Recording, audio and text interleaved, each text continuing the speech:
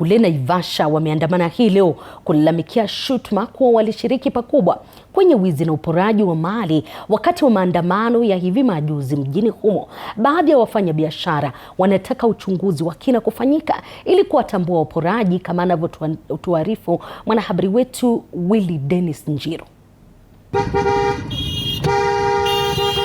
Mji wa Naivasha ulishuhudia msururu wa maandamano ya wanabodaboda hivi leo wakilalamikia shutuma dhidi yao kutoka kwa wafanyabiashara za kushiriki wizi kwenye maandamano ya tarehe 18 mwezi Mei. Kama hakuna evidence ya kutosha kulikuwa na one of our members mwenye alibeba vitu za wizi, I produce that evidence, huyo mwizi akuje hapa, shikwe hapa, sisi tubaki tukifanya kazi yetu. Kama hii duka imekuja imeporwa, alafu watu wametoka hapo na pikipiki wameenda, na sisi tumefunga macho, tumesema si member wetu, lakini kwa hakika watu wamekuja na pikipiki wakidai iwapo ushahidi upo itawa busara kuwasilisha kwa vyombo vya usalama, la sivyo walio washtumu wawe na kesi dhidi yao kwa kuwadhalalisha. Sasa huyo secretary na hiyo timu yake na chairman wake, mimi ningeomba hivi, wakuje wa identify wenye waliba vitu,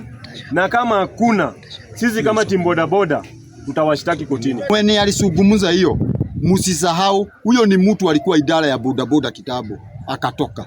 So ni jambo la kusagaza sana kusikia mtu kama huyo ameenda kutamuka hiyo maneno. Mji wa Naivasha ulishuhudia uharibifu mkubwa na wizi wa mali Jumatatu ya tarehe 18 mwezi jana wa Mei, kufuatia maandamano yaliyoitishwa na wahudumu wa matatu nchini kulalamikia bei ya juu ya mafuta. Watu wote waendesha pikipiki hapa Naivasha ni wa vikundi yenu, sio wote. Kuna wako na zao private, kuna kutoka mbali wanakuja,